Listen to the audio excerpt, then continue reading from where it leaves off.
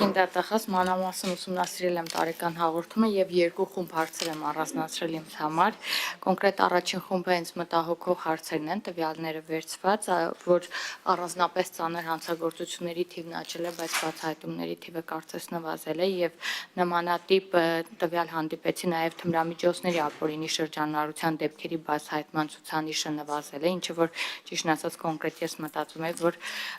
այս տարի նախորդ տարվա համեմատ ավելի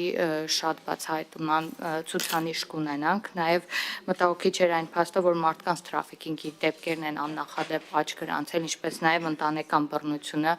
ֆիզիկական ներգործությամբ մոտավորապես 151%-ով, իսկ հոգեկան ներգործությամբ 261%-ով, եթե այս մասով էլ ավելացնելու բան ունեք, խնդրում եմ ներկայացնեք, ինչպես նաև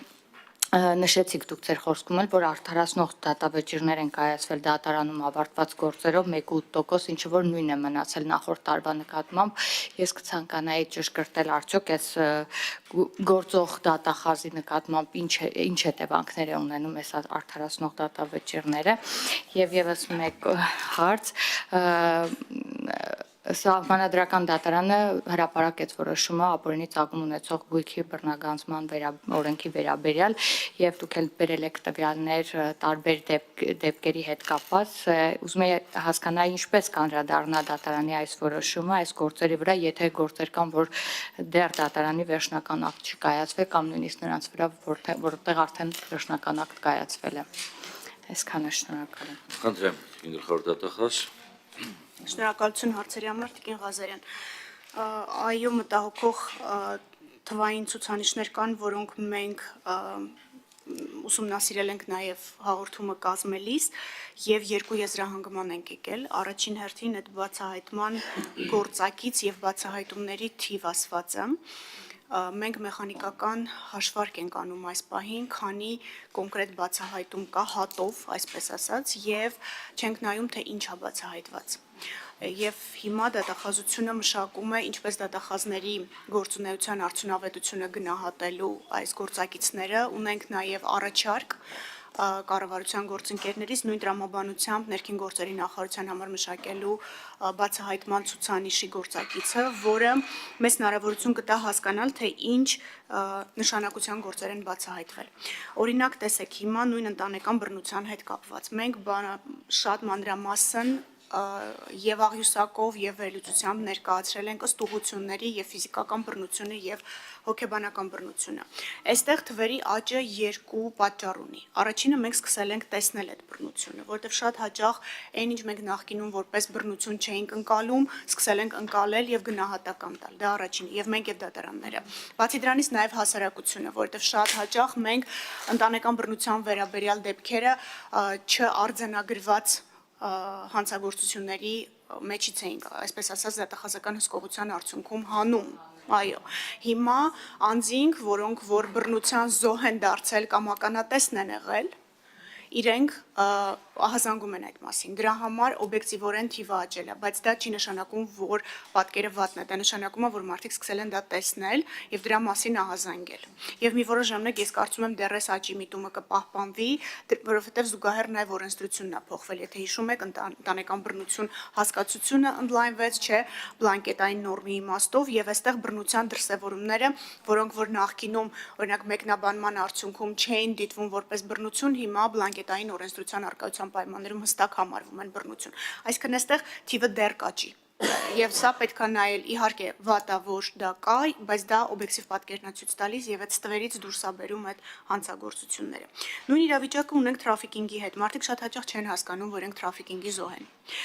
Իմ կողմից նշված դեպքերից մի քանիսը նույնիսկ ինձ ուղղված դիմումների հիման վրա կատարված աշխատանքի արդյունքում է, որ բացահայտվել է, որ դա թրաֆիքինգի շղթա է իրականում։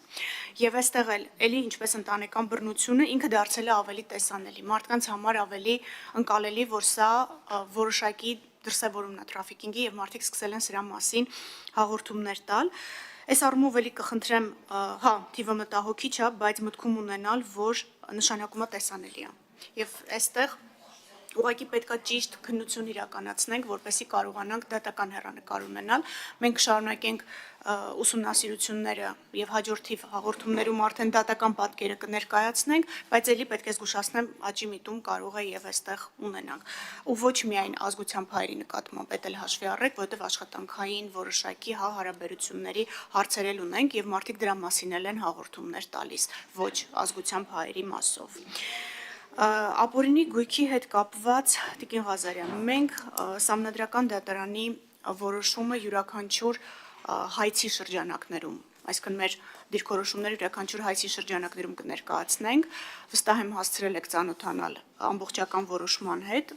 այստեղ հակասահմանադրականության հարց չի կարող քննարկվել, այսինքն մնացած ամեն ինչը հատվածական մոտեցումներ են։ Խնդիրը կիրառման շրջանակների հստակեցումն է, որը արդեն դատարանները պետք է որոշակի ուղենիշներ սահմանեն։ Մենք մի քանի գործերով վճռաբեկ բողոքներ ենք տարել, կարող է տարօրինակ թվալ մասնակի բավարարված հայցերով ենք տարել, բայց մենք ուզում ենք դատական պրակտիկա ունենալ վերջնական բարձր դատարանի կողմից ձևավորված դիրքորոշումների շրջանակում եւ առաջիկա ժամանակահատվածում սրան կմիանա նաեւ Սահմանադրական դատարանի որոշումը եւ դատարաններն էլ մեզ իրենց որոշումներով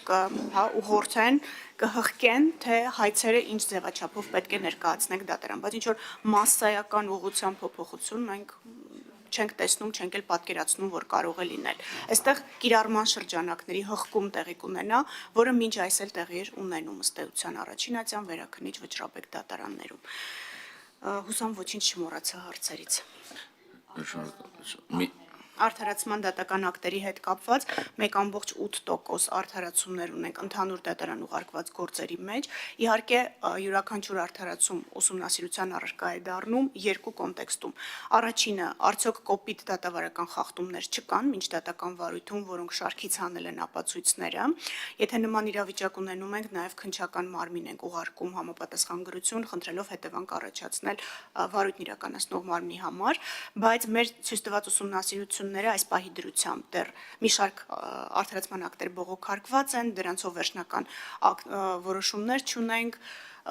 ձեզ համար գաղտնիք չի, որ արդարացման ակտերը եւս բեկանվում են։ Նույն վերաքննիչ դատարանը կարող է տարբերվող դիրքորոշում ունենալ ու բեկանել հետ ուղարկել նոր քննության։ Մեր ուսումնասիրությունները ցույց են տալիս այս պահին, որ